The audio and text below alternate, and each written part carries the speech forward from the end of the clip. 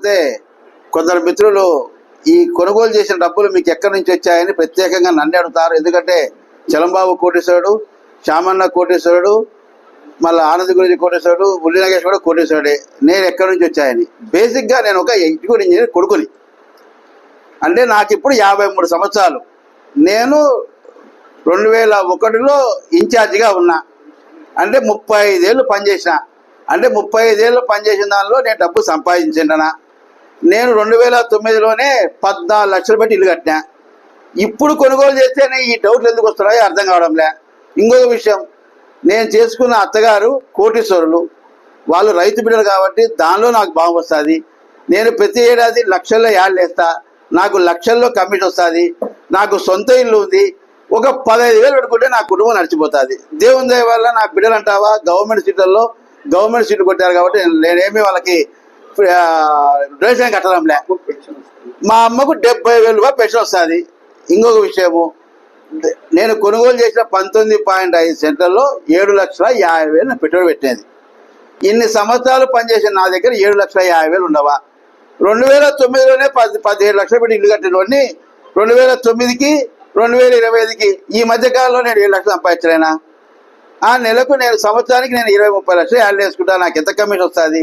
ఇవేమీ తెలియకుండానే మదిగానికి డబ్బులు ఎక్కువ వచ్చాయి. అంటే బీదోడా మదిగాడేమన్నా మా ఇంటి వాకిలి అవుతాయి ₹1,00,000. మళ్ళా నేను బీదోనా అని ప్రశ్నించేవాడు మా ఇంటి వాకిలి చూస్తే ₹1,00,000 వస్తుంది.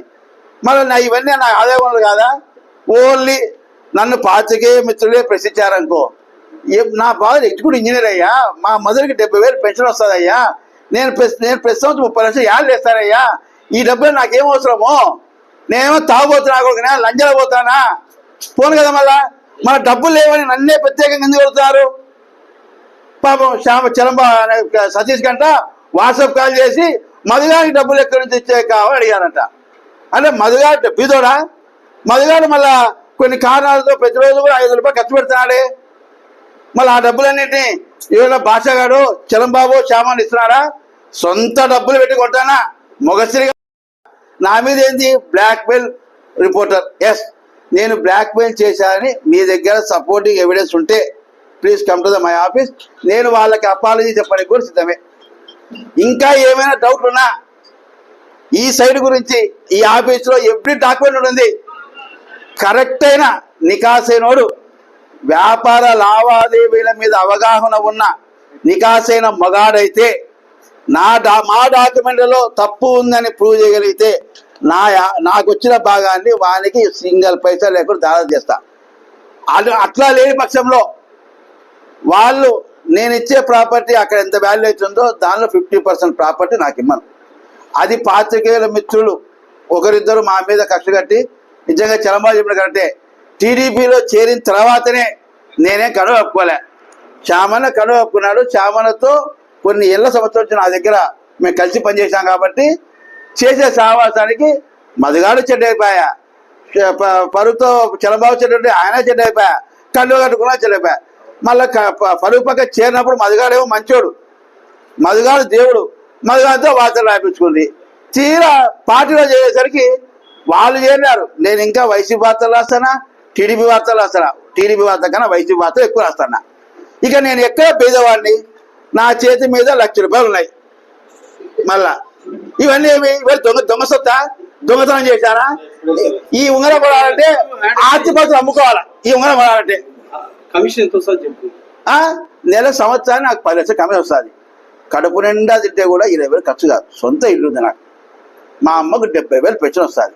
పెన్షన్ పత్రిక కూడా తెచ్చిన. కొంతమంది పాత్రికేయులు నువ్వు బీదవాని అడుగుతుంటే అవి కూడా తెచ్చిన లాస్ట్కి చూపిద్దామని. మరి ఎవరు బీదవాడు?